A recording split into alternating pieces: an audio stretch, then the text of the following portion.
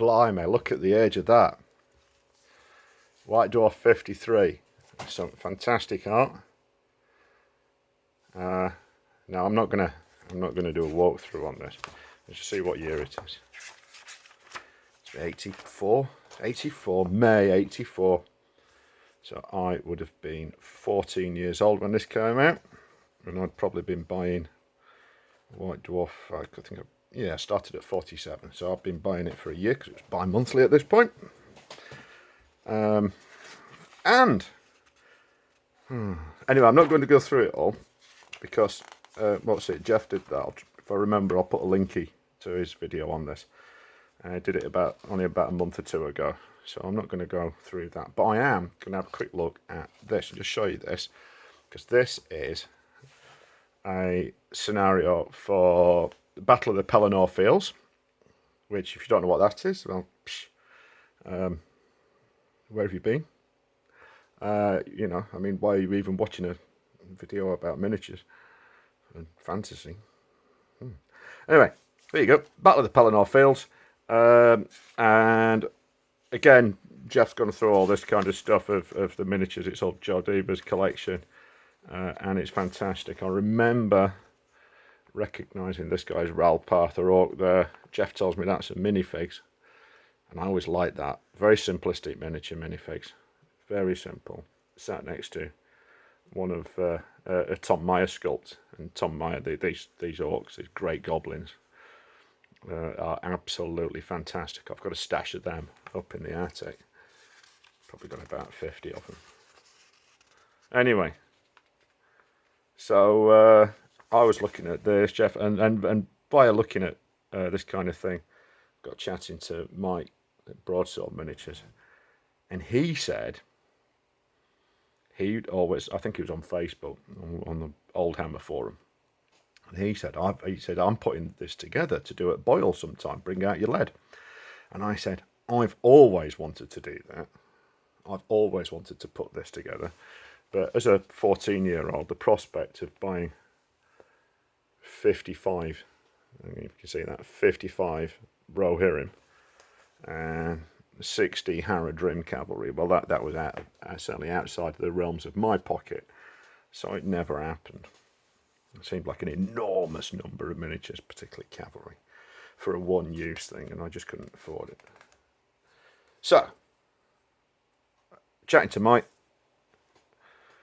he said he's got the cavalry together. He's actually got that bit together, and he's got some other bits as well. He's got the Mumma Kill. And I said, I've got a bunch.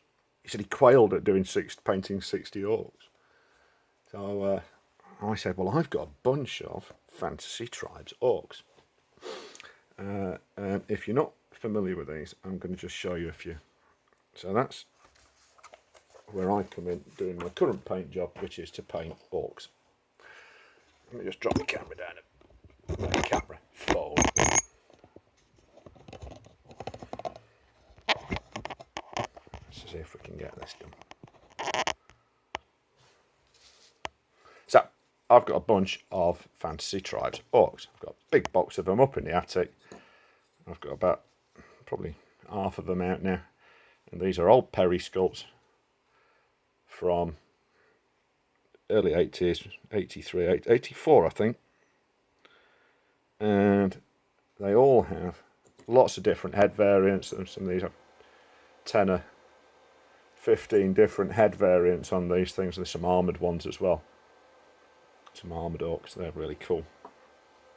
The armoured orcs are a moon, so they can be Uruk High from Minas Morgul.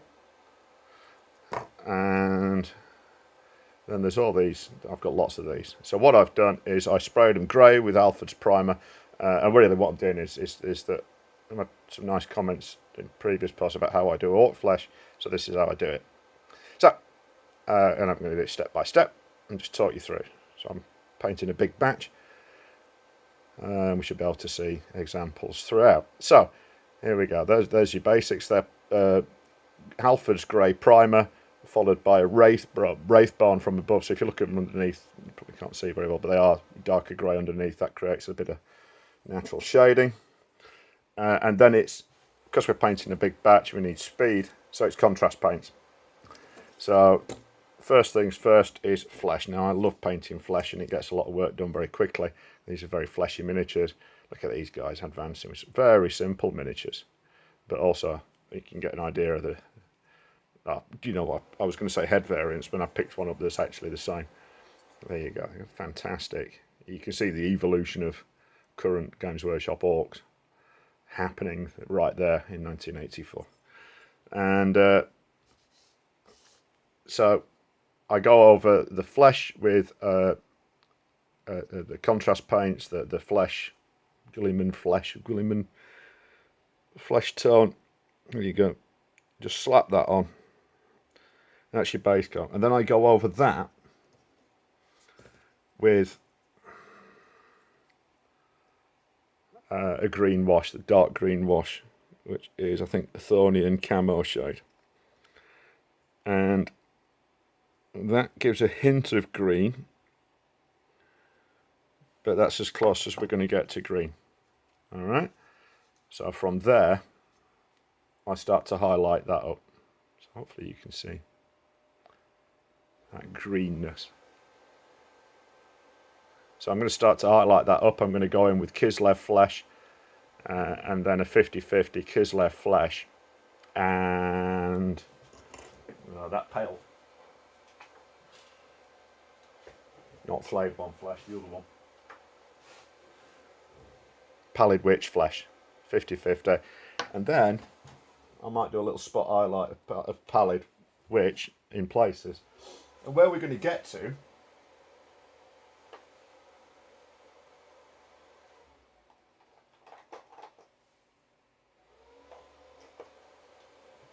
is somewhere like this. So this is what I'm aiming for, is something like these guys. So this is my putative orc army, and that's where we kind of get to this kind of swarthy looking paled flesh. This one's a bit later, slaughter base miniature, it's a beautiful miniature, and I really enjoyed painting these earlier during during lockdown, certainly. I can't remember if I got the COVID by then. I think I had. I think the orcs are the first thing I painted in my ongoing COVID recovery, which is now about 16 months in.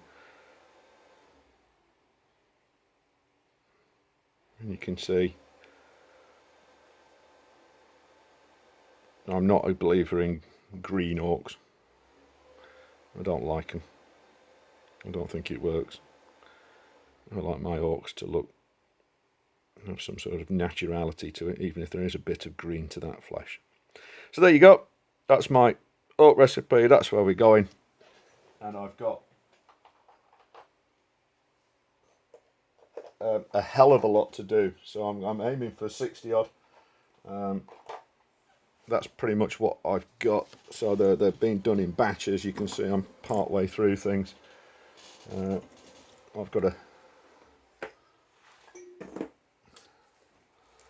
box, so I work from box to box, try and keep reasonably organised, and they're all the ones I've done the green wash on the flesh tone, so they're all ready for highlighting up. And then what I'm going to do is make great use of everywhere else, everywhere that's wood or metal is going to get that lovely dark brown, I think it's witchwood or something, wildwood contrast wash, contrast paint. Everyone's going to get that on them. And then, you know, you can bring that up to it with steels and metals. It's really nice to paint onto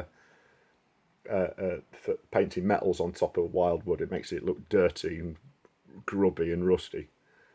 And then the claws will all be in various shades of browns and greys and a little bit of red in there. And then I'll be doing individual shields. It'll be working out some kind of eye type logo or deep thing, and I'll individually paint all the shields. I don't mind sitting for hours painting shields. So there you go. That's my plan. Cheers.